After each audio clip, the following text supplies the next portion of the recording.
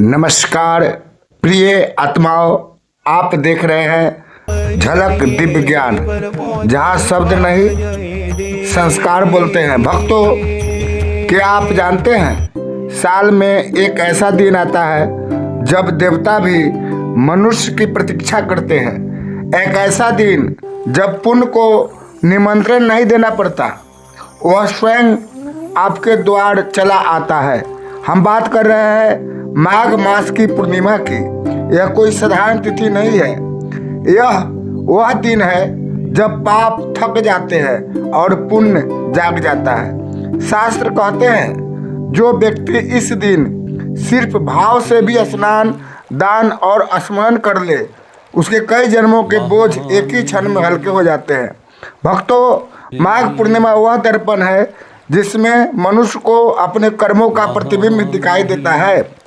अगर जीवन में बार बार रुकावटें आ रही है, अगर प्रयास करने पर भी फल नहीं मिल रहा, अगर मन भीतर से भारी रहता है, तो समझ लीजिए यह पूर्णिमा आपको पुकार रही है। क्यों विशेष है माघ पूर्णिमा? यह वही तिथि है जब सूर्य और चंद्रमा पूरी शक्ति के साथ धर्म के पक्ष में खड़े होते हैं। इस दिन ग्रहों की बाधाएं शिथिल होती है, मन शांत होता है और भगवान श्री हरि विष्णु स्वयं भक्त के भाव को स्वीकार करते हैं। पद्म पुराण में वर्णन आता है, माघ पूर्णिमा के दिन जो मनुष्य जल को छूता है, उस जल में स्वयं श्री हरि का वास हो जाता है। यही कारण है कि इस दिन किया गया साधारण स्नान भी असाधारण फल देता है। माघ पूर्णिमा 2026 कब और कैसे?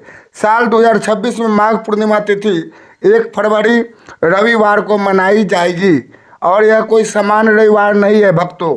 यह सूर्य देव का दिन है। जब माघ मास प्लस पूर्णिमा प्लस रविवार तीनों एक साथ आ जाए तो उसे शास्त्रों में महापुण्य संयोग कहा गया है। इस दिन सूर्य को अर्घ्य देना केवल एक कर्म नहीं, भक्ति बल्कि भाग को दिशा देना है। इस दिन क्या करें जिससे जीवन बदल जाए? भक्तों, इस दिन बड़े बड़े अनुष्ठान जरूरी नहीं, भाव चाहिए, दिखावा नहीं। बड़ मुहूर्त में उठिए, स्नान करते समय जल में गंगा जल की कुछ बूंदें मिलाइए, सूर्य देव को तिल मिश्रित जल अर्पित कीजिए, भगवान श्री लक्ष्मी नारायण का स्मरण कीजिए, एक दीपक जरूर जलाइए अपने घर के लिए, अपने पितरों के लिए। और सबसे महत्वपूर्ण बात, इस दिन किसी को कष्ट मत दीजिए, किसी को भूखे खाली हाथ मत लौटाइए, किसी पशु को तिरस्कार मत दीजिए, क्योंकि माघ पूर्णिमा केवल पूजा का नहीं, करुणा का पर्व है। वह एक दान जो भगवान को सबसे प्रिय है। शास्त्रों में कहा गया है, इस दिन अन्न, तिल, वस्त्र या दीपक का दान यदि विनम्रता से किया जाए तो भगवान विष्णु उस परिवार से लक्ष्मी को कभी दूर नहीं जाने देते। याद रखिए भक्तों, दान वस्तु से नहीं, भाव से बड़ा होता है। अंत में एक विनम्र निवेदन, अगर यह संदेश आपके मन को छू रहा है तो समझ लीजिए भगवान श्री हरि विष्णु आपसे संवाद कर रहे हैं। कमेंट में लिखिए जय श्री हरि विष्णु।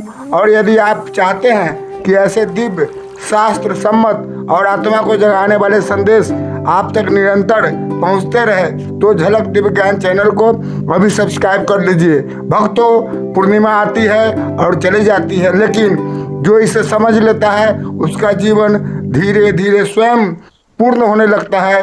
जय श्री हरि, जय सनातन। थैंक यू, धन्यवाद।